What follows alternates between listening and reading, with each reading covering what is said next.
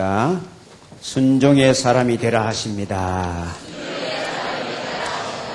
예, 우리 하나님께 기도하는 마음으로 따라합시다. 하나님 말씀을 기쁘게 순종하여 하나님께 쓰임받는 사람 되게 하옵소서. 예, 우리가 지난 주일에는 세속화를 경계합시다 이런 말씀을 나눴습니다. 교회가 약화되는 것, 진리가 약화되는 것은 진리가 변했기 때문에 아니고 우리가 세속화되면 그렇게 된다고 그랬습니다. 성경은 전체 내용이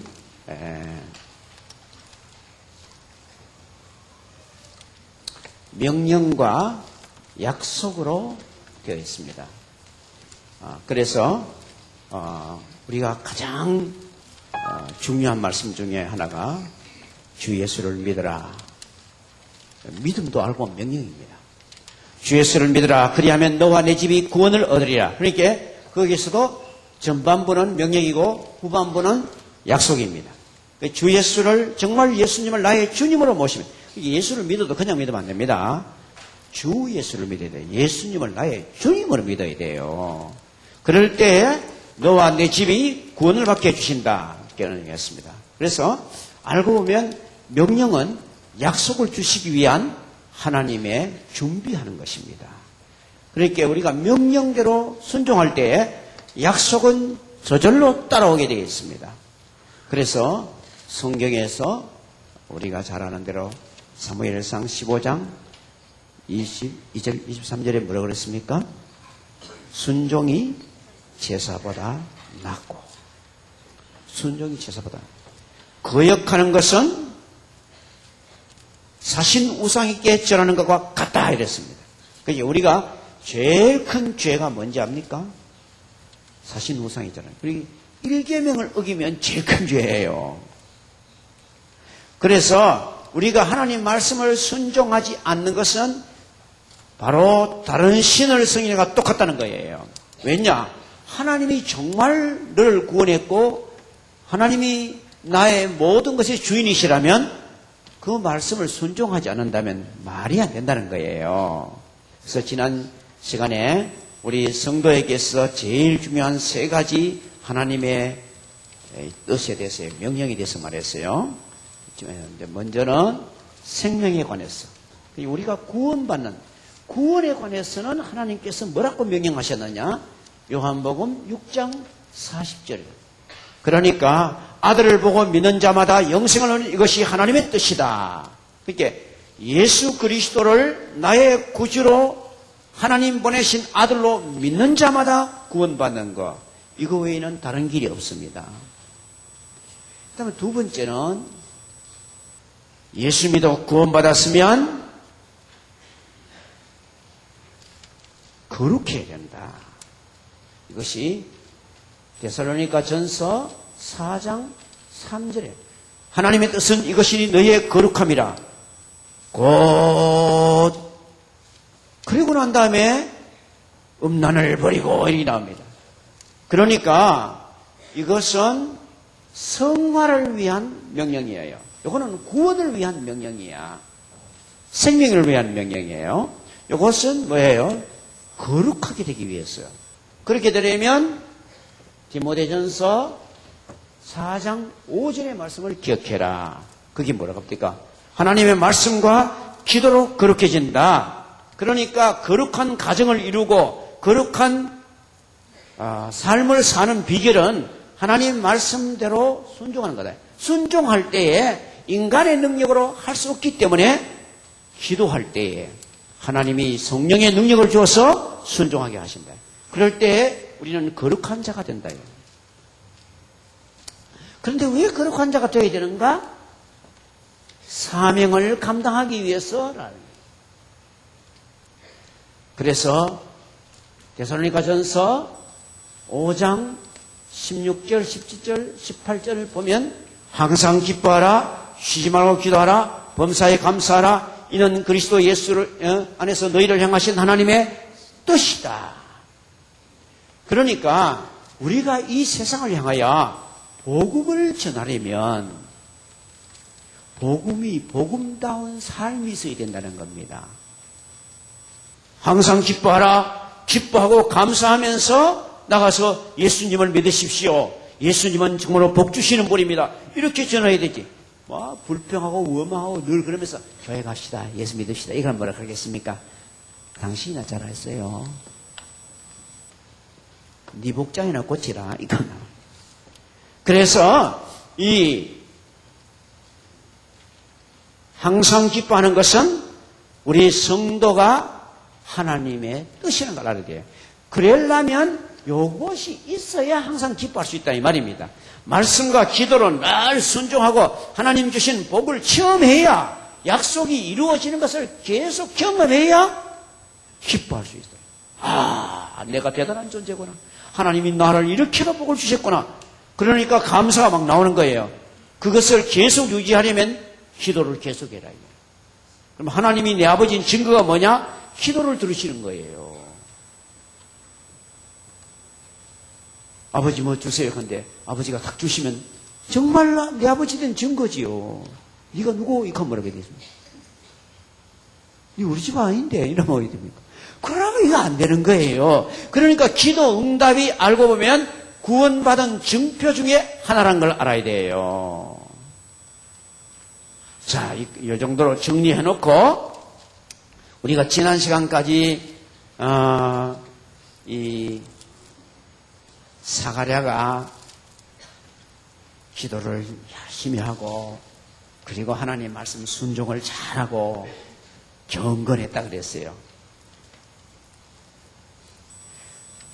그런데 제사장으로, 지금 말하는 목사님입니다. 제사장으로서 이제 기도하러 들어갔습니다. 분향하러 들어가더니 기도하러 간 거예요. 기도를 하는데 천사가 나타났습니다. 사가랴야, 너의 기도가 이제 응답되었다. 사가랴가 자나 깨나 기도한 게 뭐예요? 우리 집에도 자식을 하나 주십시오. 아들을 주십시오. 그래서 대를 이어서 주님의 일을 할 수 있도록 복을 내려주십시오. 특별히요, 이스라엘 사람들은 계속 아들을 그렇게도 원했습니다. 왜냐? 메시아가 누구 집에 태어날지 아무도 모르지만은 우리 이스라엘 백성 중에 메시아가 날지도 모른다. 이 기대 때문에 지금도 아직 그 사람들은 예수님을 메시아로 인정 안 하기 때문에 지금도 기다리고 앉았어. 그러니까 아들을 낳겠다 이러면 오 할렐루야 이래야 되는데, 그죠? 할렐루야가 뭐라 합니까? 여호와를 찬송하라 이 뜻입니다. 그러니까 하나님께서 너의 집에 네 기도가 응답이 되었다 이러면 할렐루야 이래야 되지, 그죠? 그런데 네 기도가 응답되었다.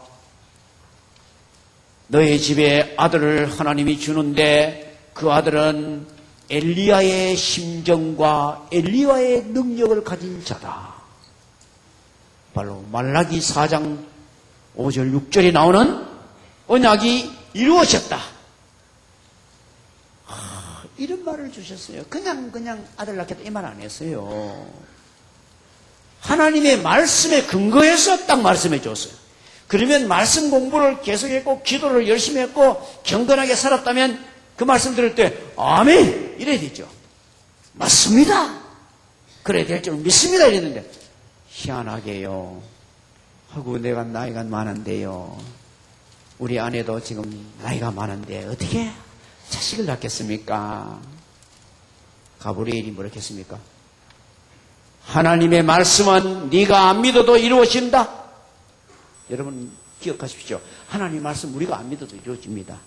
하나님 말씀 여러분이 순종 안 해도 이루어집니다.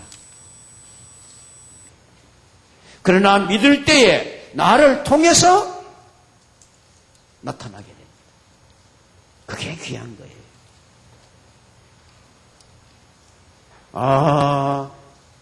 홍수가 내린다. 앞으로 배를 만들어서 준비해야 된다. 노아가 계속 얘기했어요. 그런데요, 아무도 안 믿었고 아무도 순종 안 했어요. 왜요? 그때 당시에 비가 막 억수같이 오는 일이 없었습니다. 아이고, 말은 하나에 무슨 그따위 소리 하나. 그런데 때가 되니까 딱 왔어요. 그것은요, 한 번만 있는 일이에요. 예수님은 다시 오십니다. 믿으시길 바랍니다. 지금까지 2000년 지났는데 아직도 안 왔어요. 아직도 안 오는데 오겠나? 예, 그거는 딱 한 번만에 있는 일이에요. 그래서 제가 이 말씀을 지금 계속 증거해 주는 거예요. 여러분, 이렇게 순종하십시오. 믿으십시오. 순종하십시오. 왜냐? 딱 한 번 결판이 나는 거예요. 계속 믿던 사람은 딱 결판 날 때 아멘 되는 거예요. 계속 순종하는 사람은 하나님의 능력이 나타날 때에 할렐루야 되는 거예요. 그런데 순종 안 하는 사람은 아이고 이때까지는 안 그랬는데 왜 이런 일이 노익합니다. 그래서 엘리사벳이 벙어리가 되었습니다. 자기 아내는 아기를 가졌어요. 하나님 말씀은 이루어졌으나 엘리사벳은 벙어리가 되었습니다. 거기에 기뻐할 수도 없고 증가할 수도 없고 다른 사람과 나눌 수도 없었습니다. 자, 그런데 이제 거기서부터 오늘 이제 26절로 갑니다. 여섯째 달에 이 말은 뭡니까? 세례 요한이 잉태되고 여섯째 달이 지나갔다. 그러니까 여섯째 달쯤 되면 이제 아기 가진 게 확실히 표가 납니다. 그리고 태동도 있습니다. 그때다 이 말이에요. 그 다음에 가브리엘 천사가 하나님의 보내심을 받아서 갈릴리 나사렛이란 동네로 갔다. 다윗의 자손 요셉이라 하는 사람의 약혼한 처녀에게 이르니 그의 처녀의 이름은 마리아라. 근데 지난 번역에는 정혼이라고 했는데 이번 번역에는 약혼이라고 했어요. 근데 사실은 제가 볼 때는 지난 번역이 더 좋은 번역입니다. 우린 약혼이라는 개념하고 유대인들이 갖고 있는 정혼이라는 개념하고는 조금 다릅니다. 유대인들이 가지는 정혼이라는 개념은 정혼 딱 하면 그때부터 아내고 남편입니다. 요셉아 네 아내 마리아 데려오기를 두려워하지 마라. 그렇게 말했잖아요. 너 약혼자 데려오기를 두려워하지 안 그랬어요. 그러니까 정혼하면 아내라 부르고 남편이라 부르고 아직까지 같이 자고 성생활을 안 해도 벌써 남편과 아내의 권한을 가지게 되어 있습니다. 그래서 이 처녀 마리아가 그 정혼한 상태였다는 거예요. 그에게 들어가 이르되 은혜를 받은 자여 평안할지어다 주께서 너와 함께 하시도다. 은혜 중에 은혜가 뭐냐? 임마누엘, 주께서 너와 함께 하시는 거예요. 여러분, 은혜 중에 은혜가 여러분이 예수님을 모시고 있다는 거예요. 예수님을 모시고 있다는 그 자체가 뭐예요? 주께서 함께 하시는 거예요. 예수 믿는 순간 성령으로 예수님이 나의 속에 함께 계십니다. 그것을 날마다 자각하고 살아야 그게 항상 기뻐할 수 있는 비결이다 이 말이에요. 다른 거는 계속 변해요. 근데 그거는 절대로 안 변해요. 예수 믿는 순간 그때부터 주님 오실 때까지 안 변해요. 그래서 우리 보고 항상 기뻐하라 했어요. 이때 마리아에게 하나님이 너와 함께 하신다. 마리아는 뒤에 보면 마리아가 이때 아마 결혼을 준비하고 있었거든요. 결혼을 준비하고 있었어요. 결혼을 준비하고 있었기 때문에 마리아는 뒤에 보면 굉장히 사려 깊은 여인이에요. 마음에 간직하고 기억하고 묵상하고 이런 걸 잘했어요. 그런 걸 보면 이때 틀림없이 결혼 준비를 위해서 기도하며 이렇게 준비하고 있었습니다. 여러분이 그러고 예수님이 태어나셨을 때 강보에 쌓인 구유에 누인 아기를 보라 이렇게 됐죠. 그죠? 근데 그 강보도 요사이 제가 유대인에 대해서 좀 계속 더 공부를 해보니까 강보가 그게 그냥 보자기가 아니야. 그게 뭐냐 하면 말씀으로 수놓은 보자기예요. 그래서 유대인들은 결혼하기 전에 준비할 때 강보를 준비해요. 신명기 6장을 새기든지 하나님의 말씀 신명기 28장을 새기든지 이렇게 거기 수를 놓는 거예요. 글자를. 그래서 아기가 태어나면 거기다가 싸는 거예요. 그게 말씀에다가 사람을 싸는 거예요.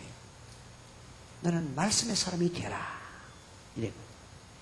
그러니까 이때 마리아도 아마 거의 틀림없이 그런 수를 놓고 있었던지 하나님 앞에서 묵상하고 있을 거예요. 그런데 하나님의 그 귀한 가브리엘 천사가 나타나서 하나님이 너와 함께 하시는다. 하나님이 함께 하면 무슨 일이 나냐? 은혜가 오는 거예요. 하나님은 은혜의 하나님이라. 우리의 자격이나 우리의 능력이나 우리의 어떤 환경과 관계없이 하나님께서는 엄청난 선물을 주시는 분이에요. 그래서 은혜를 받은 자여 평안할지어다. 이렇게 말. 자, 그러니까 처녀가 듣고 그 말을 듣고 놀라. 이런 인사가 어찌 민 곳에. 그러면 이 마리아가 더러더러 천사를 만났겠어요? 오늘 처음 만났겠어요? 처음 만났지요. 더러더러 만났거든 또 오셨어요. 놀랬다는 자체가 이런 경험이 처음이었다 이 말이에요. 그래서 깜짝 놀랐지요. 오, 천사가 직접 나를 방문해 주다니. 놀랐습니다. 놀라서 이런 인사가 어찌 미냐. 내가 이런 인사를 들을 만한 존재가 되나 이 말이야. 제 같은 게 무슨 그렇게 이 천사님이 나타나서 하나님이 함께 계시고 은혜를 준다고 이렇게 말할 만한 그런 어떤 준비된 인물이 될 거였나. 자기의 부족을 말한 거예요. 그 다음에 천사가 이르되 마리아여 무서워하지 마라. 내게 하나님의 은혜를 입었느니라. 그러니까 이때 분명히 이 마리아는 놀라면서 약간 무서워했다는 사실을 알 수 있죠. 어구, 이게 무슨 일인고. 그러면서 보라 내가 잉태하여 아들을 낳으리니 그의 이름을 예수라고 해라. 그럼 너는 아기를 가질 것이다. 근데 아기를 가질 것이다. 그 이름을 예수라고 불러라. 여기는 이렇게 되어 있지만은 마태복음 1장에 보면 예수님의 그러니까 양부가 되는 요셉에게는 뭐랄까 네 아내 마리아 데려오기를 두려워하지 마라. 그에게 잉태된 자는 성령으로 된 것이니 아들을 낳거든 이름을 예수라 하라. 자기 백성을 저희 죄에서 구원할 자이기 때문이다. 예수님 이름을 왜 예수로 지어야 되느냐? 예수란 뜻이 뭐냐면 여호와는 구원하신다. 여호와는 구원이시다. 이 뜻입니다. 그러니까 왜 예수님을 여호와는 구원이시라고 지어야 되느냐? 자기 백성을 저희 죄에서 구원할 자이기 때문에 이름이 딱 그 이름이 맞는 이름이다 이 말이에요. 그래서 예수님의 이름이 그게 중요한 거예요. 그래서 영접하는 자, 곧 그 이름을 믿는 자들에게는 하나님의 자녀가 되는 권세를 줬으니 그 말은 무슨 뜻입니까? 예수님을 모셔드리는데 어떻게 모셔드리는지 옳게 모셔드리는가? 이름대로 모셔드리는 게 이름대로 믿는 것이다. 이름이 뭐라요? 하나님이 보내신 구원자다 이거요. 구원자로 믿을 때에 우리가 하나님의 딸이 되고 하나님의 아들이 된다 이겁니다. 그러니까 이 이름 속에 엄청난 비밀이 들어있다는 걸 알아야 돼요.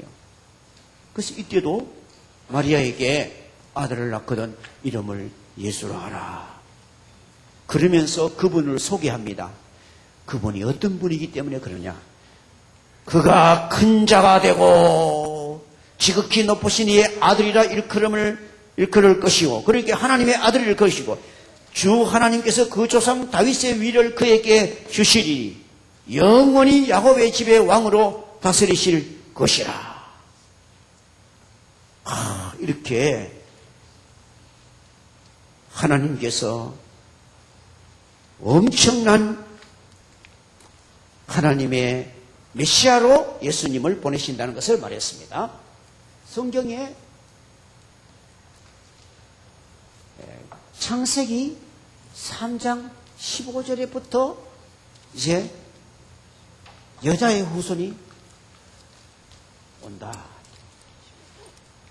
여자의 후손.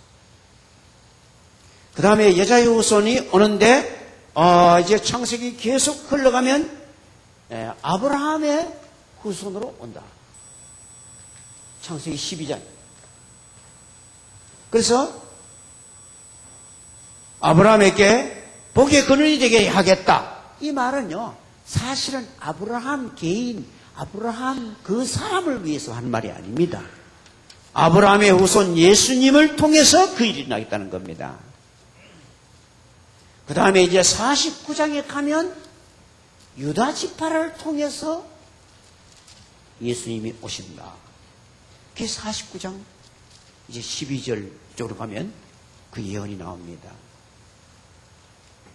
그 다음에 이제 유다 지파 중에도 다윗의 후손으로 오신다. 이렇게 되어 있습니다. 이제 마지막으로 이사야서 7장 14절에 가면 여자의 후손으로 온다는 것이 무슨 뜻이냐 하면 처녀가 아기를 낳는 일을 통해서 오시는 거예요. 그러니까요, 예수님이 오시는 것은 천지 계백 이후에 한 번밖에 없는 사건이에요. 그래서 일반적인 사건으로 예수님이 이 땅에 오시면 더 이상한 거예요.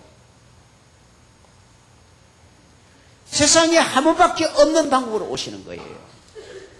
그래서 처녀가 잉태하여 아들을 낳을 것이요 그 이름이 임마누엘이라 하리라. 그러니까 여러분이 예수님이 처녀 마리아를 통해서 태어나셨다는 것을 믿어지지 않는다면 아직도 성령을 받은 사람이 아닙니다. 성령을 받은 사람은 예수님께서 처녀 마리아를 통해서 오신 것에 대해서도 의심 없이 믿어집니다. 인간의 머리로 사람의 과학적인 두뇌로 믿는 게 아닙니다.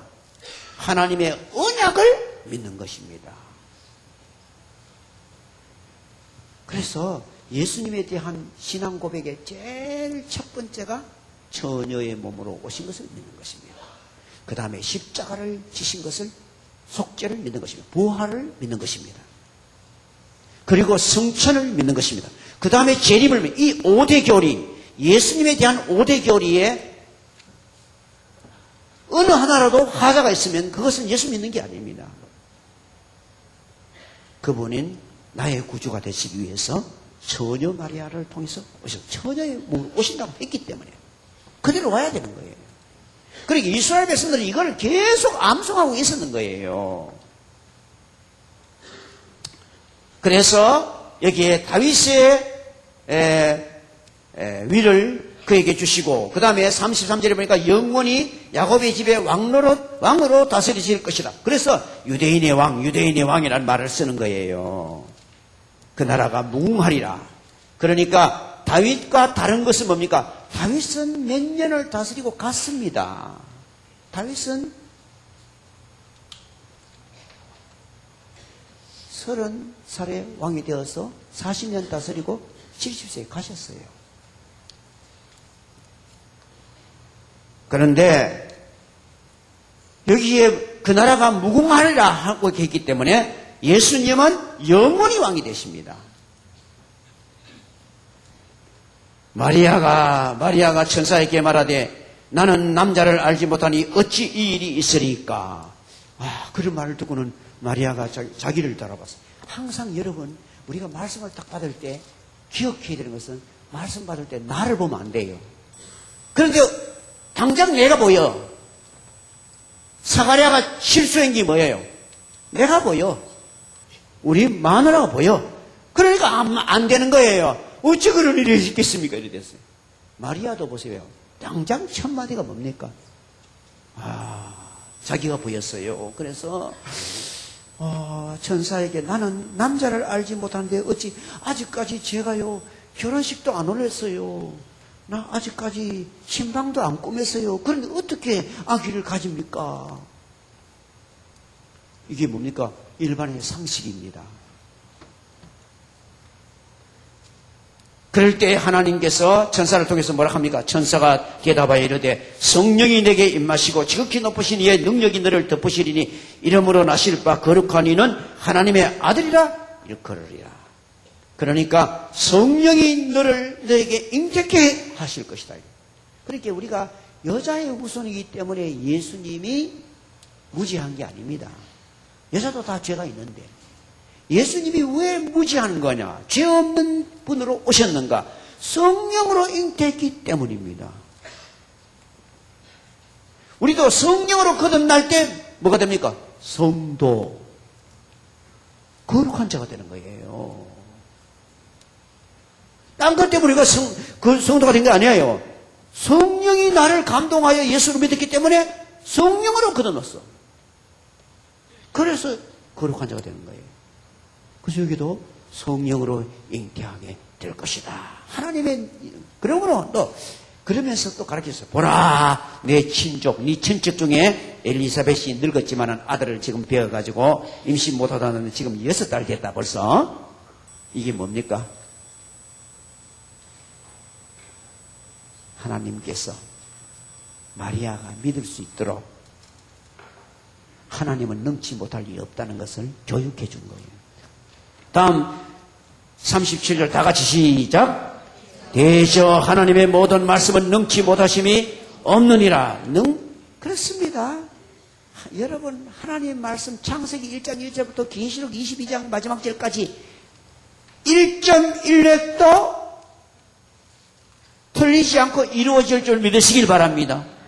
성경은 그렇게 말씀했어요. 내 말 한마디가 없어지는 것보다 천지가 없어지기 전에 그런 천지보다 더 강력한 보장을 해주셨어요. 자, 사실 이때에 그 다음에 마리아가 주의 여종이 오니 내 말씀대로 내게 이루어지기를 원합니다. 이 말을 했죠. 자, 사실은 이 말은 그렇게 쉬운 말이 아닙니다. 신명기 22장을 한번 빨리 찾아보십시오.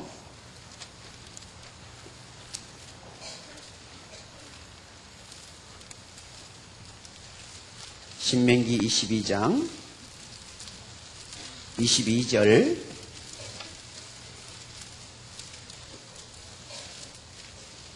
거기 보시면 어떤 남자가 유부녀와 동침한 것이 드러나거든 동침한 남자와 그 여자를 둘 다 죽여 이스라엘 중에서 악을 제할지니라. 또 23절 처녀인 여자가 남자와 약혼한 후에 정혼한 후에 어떤 남자가 그 성읍 중에서 만나 동침하면 너희는 그들을 둘 다 성읍 문으로 끌어내고 그들을 돌로 쳐 죽일 것이니 그 처녀는 성 안에 있으면서도 소리를 지르지 아니하였으며 그 남자는 이웃의 아내를 욕보였음이라.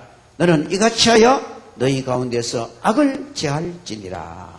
그렇기 때문에 결혼을 하지 않고 처녀가 아기를 가졌다. 그러면 그것이 합당치 못한 일이라고 생각하면 죽는 거예요. 그러나 여기서 마리아는 하나님의 말씀을 듣고 처음에는 자기를 바라봤어요. 자기를 바라보니까 어찌 이럴 일이 있겠습니까 하는데 하나님은 능치 못할 일이 없다. 그렇게 말할 때 주님의 종이 오니 여종이 오니 내게 그대로 이루시길 바랍니다. 이야, 이것은 정말 순종 중에 순종입니다. 우리의 머리로 나의 어떤 생각으로 전혀 이해가 되지 않는 것도 하나님께서 주시는 말씀대로 이루어질 줄 믿었습니다. 그러니까 순종 중에 순종이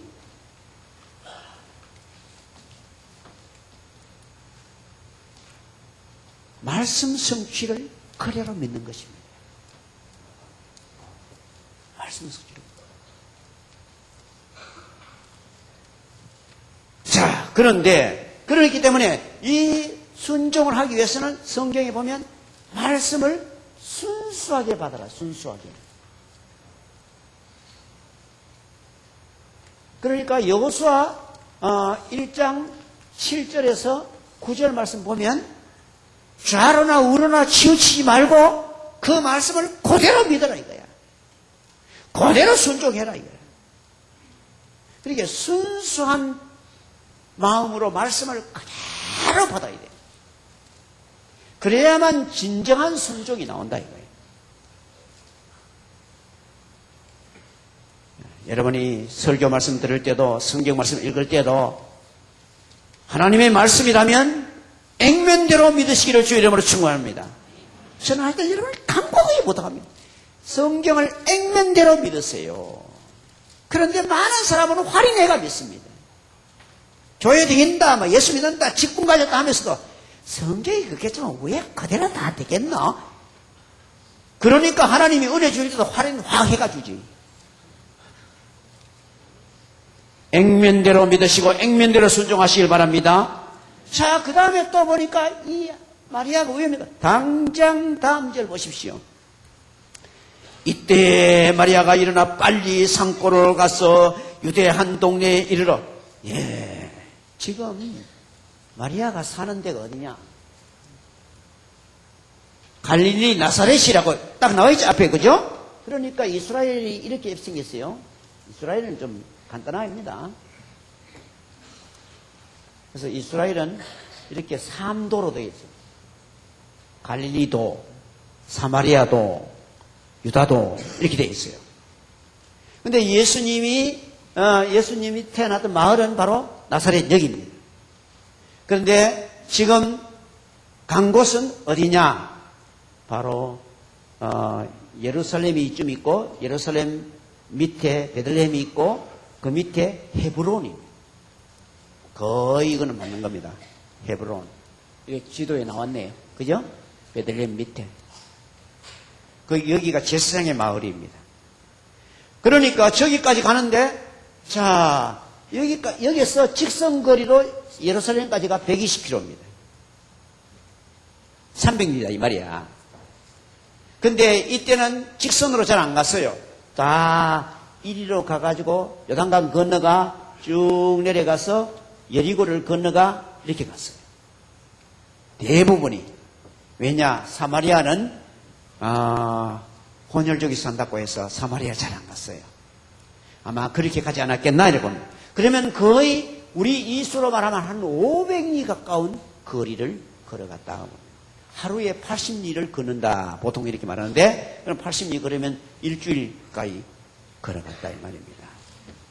그러니까 정말 하나님 말씀을 딱 듣자 그는 행동했어요. 행동. 순종을 행동화해야 돼. 왜? 천사가 뭐라 했어요? 엘리사벳 봐라. 네 친척 엘리사벳 봐라. 그래서 그때 엘리사벳에 대한 이야기는 막 온 동네에 다 퍼진 거예요. 그 나라에 다 퍼진 거예요. 왜냐? 그래, 나이가 그리 늙은 여자가 아기를 가졌지. 그러다가 또 그 아버지는 지금 벙어리 돼가 있지. 성전에서 그랬던 소문이 그냥 톱 뉴스야. 그래서 엘리사벳이 숨어 있었다 그랬거든. 아마 지금도 그런 일이 딱 하면 막 찾아온 사람 얼마나 많겠노? 그죠? 조금 열심히 있는 사람 다 만나보려고 할 게라. 그런데 이때 마리아는 하나님께서 직접 말씀했기 때문에 바로 가야 되겠다. 그래서 뛰어갔습니다. 실천을 했어. 바로. 자, 갑니다. 산골에 여기는 간단하게 한 줄로 기록했기 때문에 가는 게 아주 쉬워 보이는 것처럼 보이지만은 그게 많은 희생을 지불하고 갔다 이 말입니다. 사가랴의 집에 들어가니 엘리사벳에게 문안하니, 그래서 가서 친척이 있기 때문에 아이고 엘리사벳 할머니 안녕하세요 하면서 들어갔다 이거예요. 그런데 들어가는데 어떻게 됩니까? 엘리사벳이 마리아의 문안함을 들으며, 그래 마리아 목소리를 듣자 아이가 복중에서 뛰노는지라. 그때 태동이 막 있었어요. 야곱의 어머니 리브가는 태동이 있는 걸 보고 뭐라 했어요? 아이들이 싸우는구나. 그때 그 태동은 굉장히 괴로운 태동이었어요. 틀림없이 그렇게 깨달았어요. 그런데 이 태동은 와 놀라운 태동이거든. 여기 보세요. 써놨잖아. 아이가 무난함을 들으니 아이가 복중에서 뛰노는지라 엘리사벳의 성령에 충만하여 큰 소리로 불러 이르되 여자 중에 내가 복이 있으면 내 태중에 아이도 복이 있도다. 지금 결혼식도 아직 소식이 없었고 결혼했다는 말도 안 들었는데 딱 들어오는 걸 보고 바로 하나님의 영이 성령이 저 처녀에게 아기가 지금 있대. 그 아기가 하나님 보내신 메시아다. 바로 가르쳐줬다 이 말이에요. 바로 그 이야기예요. 그럼 보세요. 그 말을 보면 알 수 있죠. 내 주의 모친이 내게 나오니. 옛날 번역에는 모친이. 제가 볼 때는 모친이 하는 게 훨씬 더 어울리지 않나 이런 생각입니다. 내 주의 모친이 내게로 나오니 어찌 된 일인가. 오, 주님의 모친이 오는구나. 아니 자기보다 나이도 어리고 아직 거의 이때 나이가요. 우리가 유대인들의 그걸 보면 아마 16, 17 이 정도였을 거로 거의 보고 있어요. 왜냐하면 남자가 18살이 그 장녀 연령이야. 그러니까 결혼 장녀 연령이야. 그 결혼하고 1년 동안은 쉬어야 되고 그 다음에 20세에 군대 가야 한다. 이래 돼 있거든요. 그러니까 아마 16세에서 17세 이 정도가 아니었을까? 이거는 추측입니다. 예. 그런데 그 소년을 보고 내 주의 모친이라고 고백을 했다. 그러니까 이것은 전혀 엘리사벳의 상식이나 자기의 어떤 생각을 한 말한 게 아니야. 성령에 사로잡혀가 그냥 그대로 막 나온 거야, 그냥. 보라, 내 문안하는 소리가 내 귀에 들릴 때에 아이가 복중에서 뭐 했겠어요? 기쁨으로 뛰놀았도다. 아까 리브가는 아들이 와 이리 싸우러 했는데, 이 엘리사벳은 와 주님을 영접하는 주님을 환영하는 기쁨으로 뛰놀았도다. 이때 놀란 사람 누구겠어요? 마리아가 얼마나 감격이 있겠어요. 아무리 그래도 지금 처녀로서 아기를 가졌기 때문에 부담이 보통 부담이 아니지. 그런데 그 모든 부담의 짐이 하나님께서 완전히 내리죠. 제사장의 부인이요. 그 다음에 이스라엘의 유명한 제사장의 부인이에요. 지금 온 전국이 알고 있는 사람이라 그분이 그냥 자기가 들어가는데 그 자리에서 큰 소리로 그냥 환영하면서 했으니까. 그래요. 우리가 하나님 말씀을 정말 순수하게 받고 그 말씀 받은 대로 순종으로 걸어갈 때에 하나님께서 모든 문제를 다 해결해 주신다. 그래서 그 다음 딱 나오는 게 뭡니까? 주께서 하신 말씀 반드시 이루어지리라. 믿은 그 여자에게 복이 있도다. 너에게 주님이 말씀한 말 그대로 이루어진대. 너 그대로 믿으면 큰 복이 오는다. 그래서 마리아가 너무 감격해가 막 그냥 찬송 불러버립니다. 그냥 마리아 찬송 아닙니까? 마리아가 이르되 내 영혼이 주를 찬송하며 그렇게 막 너무 감격해 막 영이 막 그냥 영으로 찬양하는 거야. 내 영이 여호와를 주를 찬양하며 내 마음이 하나님 내 구주를 기뻐하였으면 그 여종의 비친함을 돌아보셨습니다. 보라 내가 이제 후로는 만세의 나를 보겠다 일컬으라. 예, 만세의 예수님을 보겠다 하고 예수님의 모친을 보겠다 합니다. 잘못되기는 캐톨릭에서 예수님의 모친을 자꾸 기도를 해가지고 성모 마리아여 어쩌고 신격화 해가지고 베린 거예요. 그러나 마리아가 그렇다고 해서 형편없는 게 아니야. 마리아는 정말 하나님이 택함받은 귀한 하나님의 여종이요. 그러나 신격화한 그것이 아주 잘못된 거예요. 하나님 외에 기도하면 안 돼. 그런데 성자 누구요 기도도 하고 마리아를 또 성모 마리아요 이렇게 기도. 이것은요 성경이 금하는 것이에요. 그러나 이 여성의 귀중함은 절대로 훼손해서는 안 됩니다. 마리아가 정말 귀한 분이었으면 틀림없는 거예요. 이렇게 말씀대로 믿고 말씀대로 순종했기 때문에. 그래서 여기서 뭐가 나옵니까? 사명을 하나님께서 순수하게 받고 말씀대로 행동할 때에 증거할 수 있는 기회를 줬어요. 찬양을. 그러니까 이 찬양이 그 후에 누가에게까지 들려졌어. 그게 마리아하고 교제가 있었거든, 틀림없이. 그래서 결국은 여기까지 기록이 되어 있어요. 이렇게 찬양을. 능하신 이가 큰 일을 내게 행하셨으니 그 이름이 거룩하시며 긍휼하심이 두려워하는 자에게 대대에 이르는도다. 쫙 찬송을 했어요. 그 다음에 저 밑에 54절에 가보세요. 그 종 이스라엘을 도우사 긍휼히 여기시고 기억하시되 우리 조상 아브라함에게 말씀하신 것과 같이 아브라함과 그 자손에게 영원히 하시리로다. 만민이 복을 받겠다고 아브라함에게 말했는데 그 복이 잘 나온다 이거예요. 그래서 그대로 자기의 사명, 하나님이 주신 이 은총의 복음이, 이게 복음이야. 예수님을 통해서 주실 것에 대한 이야기를 쫙 고백했어요. 자, 그러고 보세요. 그러고요. 그렇게 그러고 한 번 충동적으로, 한 번 거기서 감격하고 끝이는 게 아닙니다. 다음 절 보세요. 뭐라고 했는가? 마리아가 석 달쯤 함께 있다가 집으로 돌아가네요. 예, 3개월을 거기서 이 엘리사벳과 깊은 교제를 나누었어요. 그래요.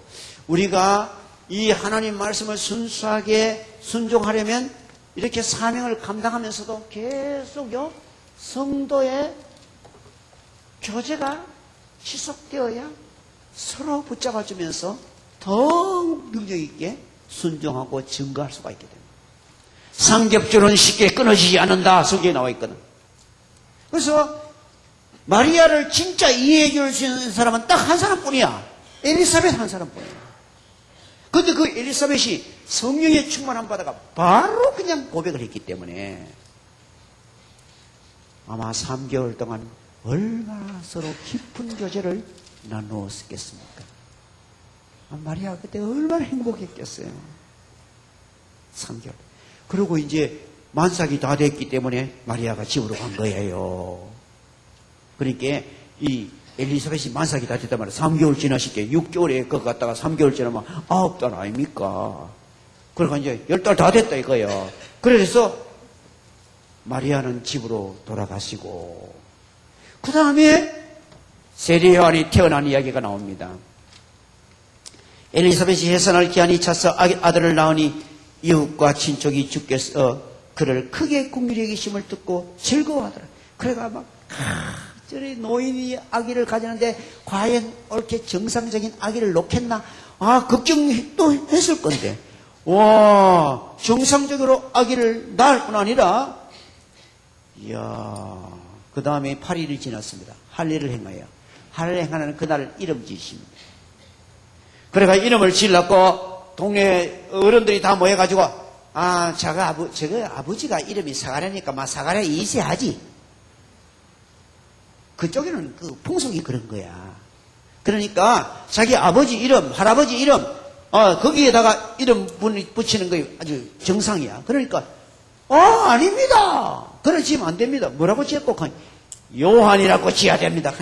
아이고 당신 집안에는 그런 이름이 없는데 어째 그 여자가 그때 또 그 희한한 말을 하나 하면서 그러면 자기 아버지한테 물어봐야 되겠다. 그래가 사가랴 보고 오락해가 사가랴한테 이름 질락한데 왜 지면 좋겠노 하면서 손짓으로 이렇게 이야기를 해줬어요. 그렇게 사가랴가 서판을 돌라 그래서. 그러니까 서판 갖다 주니까 요한 딱 썼어요. 요한! 그래 사람들은 깜짝 놀랐죠. 세상에. 그런데 더 놀랐어요. 왜? 입이 열려버렸어요. 요한 하는 순간 하나님께서 입을 열어 찬양하게 했어요. 예. 우리가 믿지 않아도 이루어집니다. 순종하지 않아도 이루어집니다. 그러나 순종할 때에 증거하고 찬양하고 사명을 감당하게 하십니다. 이 서간에도 요한 쓰는 게 거의 순종이야. 그거 예언 받을 때 들을 말씀이야. 그래서 아마 자기 부인에게 아를 낳으면 이름을 요한이라고 지어야 된다 하면 써보여줬을 가능성이 충분히 있습니다.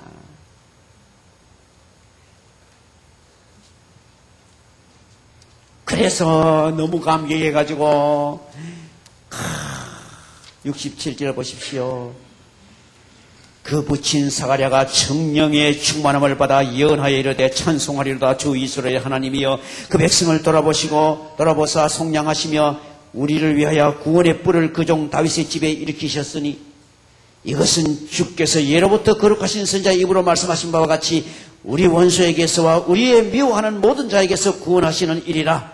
우리 조상을 긍휼히 여기시며 그 거룩한 언약을 기억하셨으니 곧 우리 조상 아브라함에게 하신 맹세라. 계속해서 보십시오. 아브라함 거기 딱 나오죠. 아까 딱 나왔잖아요. 마리아의 찬양에도 나오고 여기에 찬양에도 나옵니다. 그러니까 이게 딱 맞을 것 같다는 거예요.